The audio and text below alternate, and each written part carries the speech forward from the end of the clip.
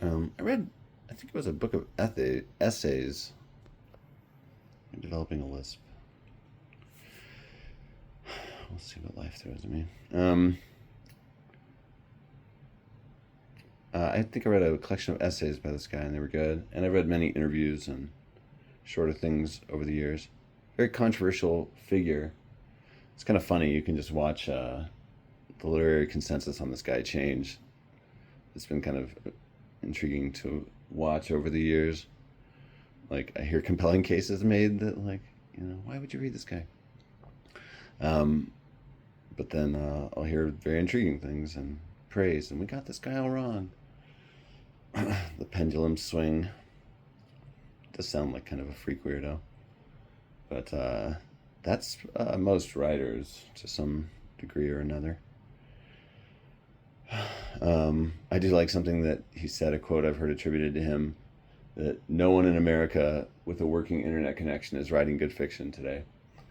And I write primarily nonfiction, but my laptop just stopped going online a long time ago and became a word processor, and that has helped me so much in my writing.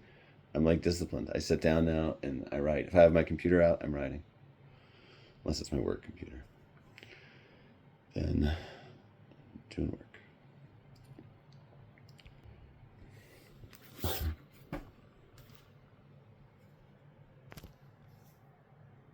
Oh, they are coming. I think I just had the pause button on for a book discussion. Did I talk about the laptop? Well, Camus the best. I was trying to acquire everything from him. I should give him his own section. This is my favorite book for many years. I love A Tree Grows in Brooklyn. Tree Grows in Brooklyn is a masterclass. Want to be a good writer? Read A Tree Grows in Brooklyn. It's incredible. I mean, there's so much to learn there. This cover model's pose is so my oldest daughter. Actually, a couple of my kids. I've seen that emo punk goth uh, punk rock posturing before. Francie Nolan, though, what a great character. Oh my gosh. I just love A Tree Grows in Brooklyn. I buy every copy. Betty Smith. I hope we're related. My last name's Smith. She's so cool. This book is just incredible. And summarizing this book is pretty much impossible because, well, it just doesn't do it justice because it's really about a life. It's a Bildungsroman. But it's so interesting. The story of it being written is really interesting too. Originally written as a memoir, and then transformed into a novel. So it really rings true. The age was adjusted to a slightly different time.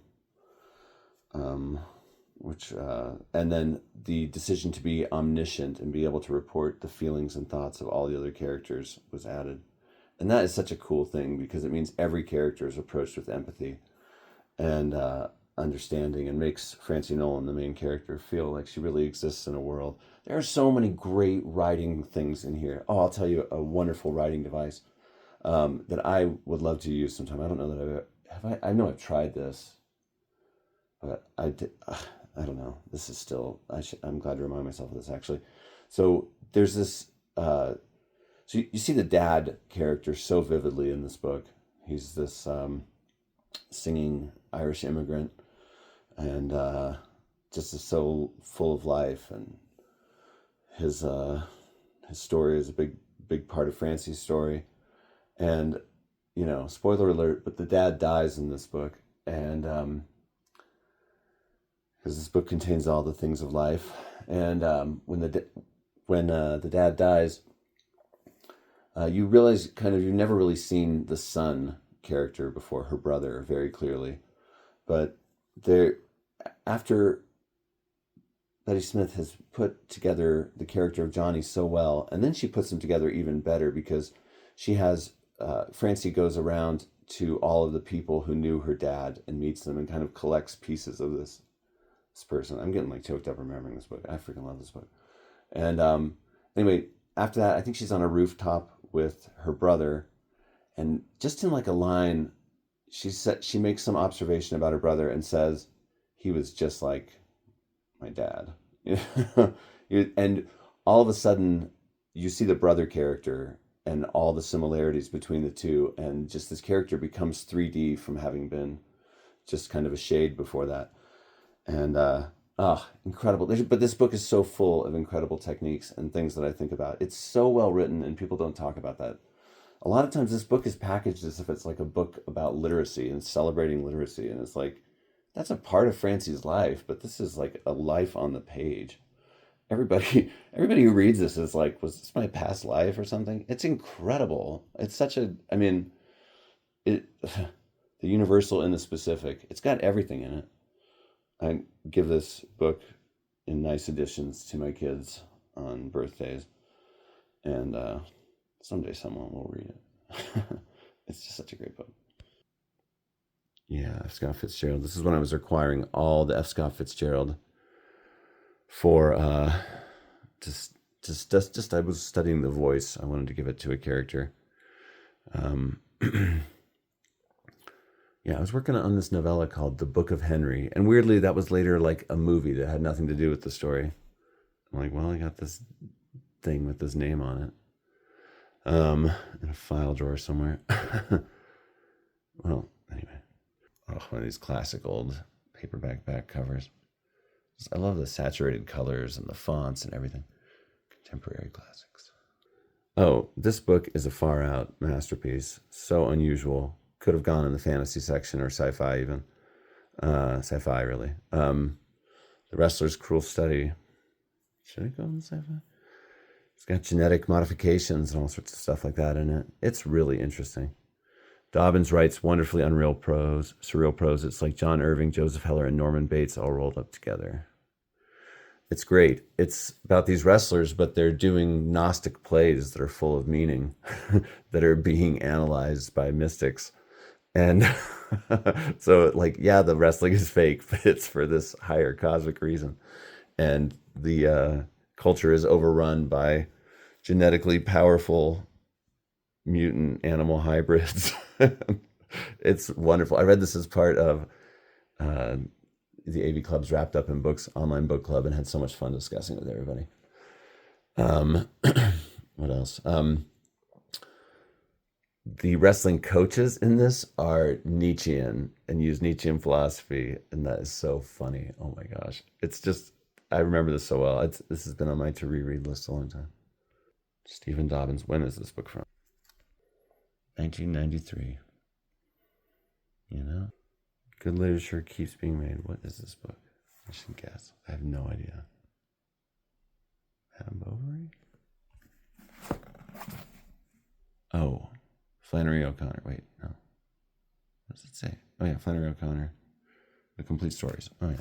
1972 hardback. Oh my gosh.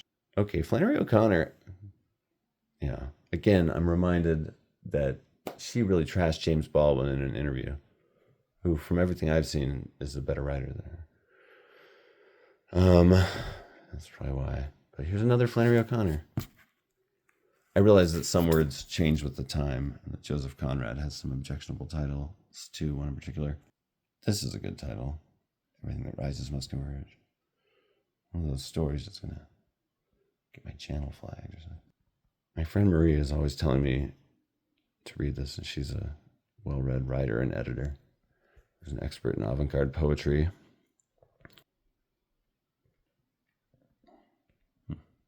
Sounds Joan of Arc like.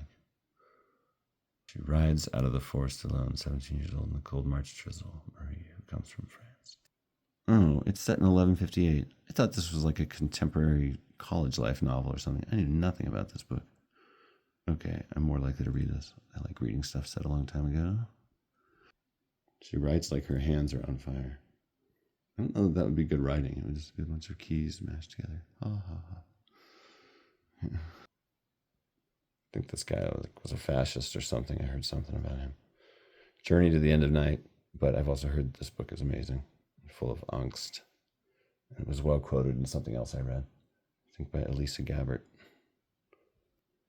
This book must have been my younger siblings.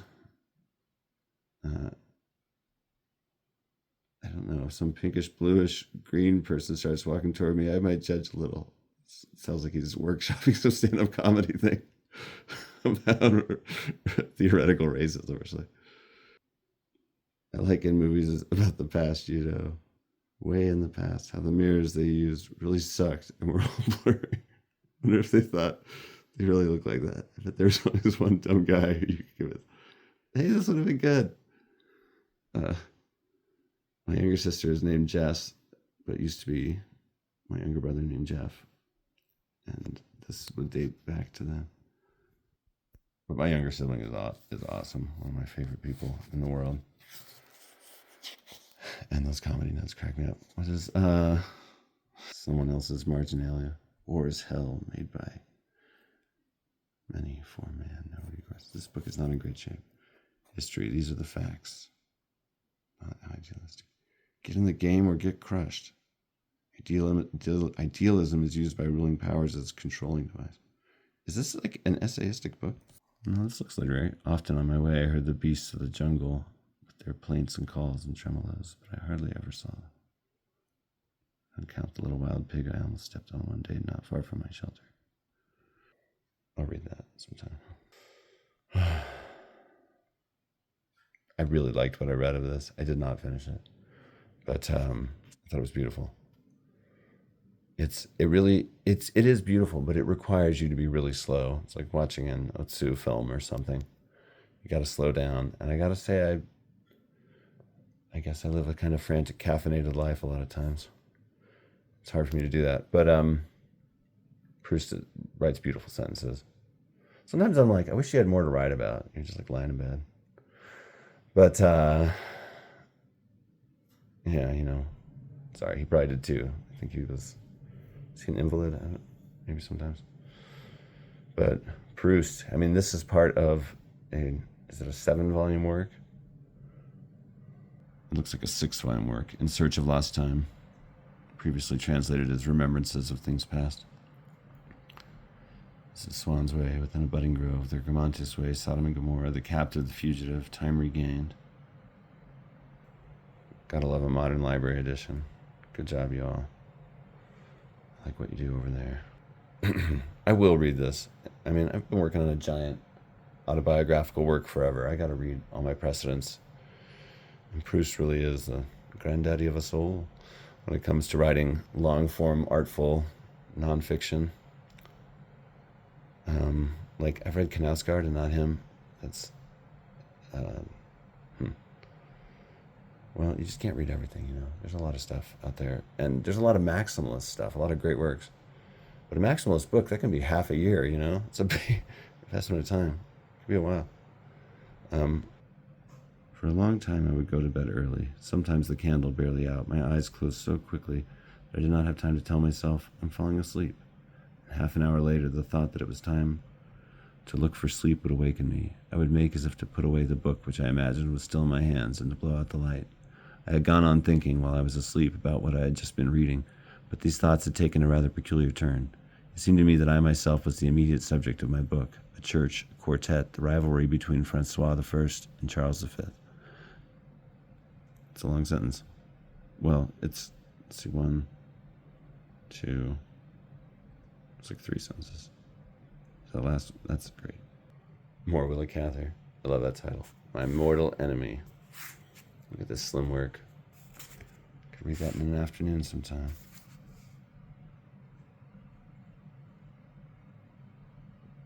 And I will, because I think it's also on the paperback shelf.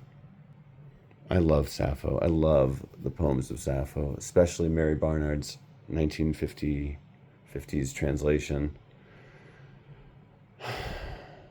Sappho's amazing. Writing poetry so long ago, like 2,300 years ago. And this is a novel dealing with Sappho. People obsessed with Sappho. After Sappho. Anyway, Sappho is an interest of mine. It's so crazy. Some of her poems are only known because they were part of mummy rapping. Plato called her the 10th muse. She's got some great poems. When my daughter Anodyne visited the beach in California, she texted me, "If you are squeamish, don't prod the beach rubble." With a photo of some beach rubble. That's a Sappho fragment. Sometimes books get assigned in schools, and they're great, and people should read them. They're fantastic. Separate Peace is so good, and so is the sequel, Peace Breaks Out. Beautifully written. John Knowles, he writes some good prose. What's it about? Boarding school during the early years of World War II. Yeah. Bestseller for more than 30 years. Undisputed American classic. A masterpiece, but it's from the National Review. Conrad Richter. He is kind of an unrecognized, neglected great from the early 1900s. I'm a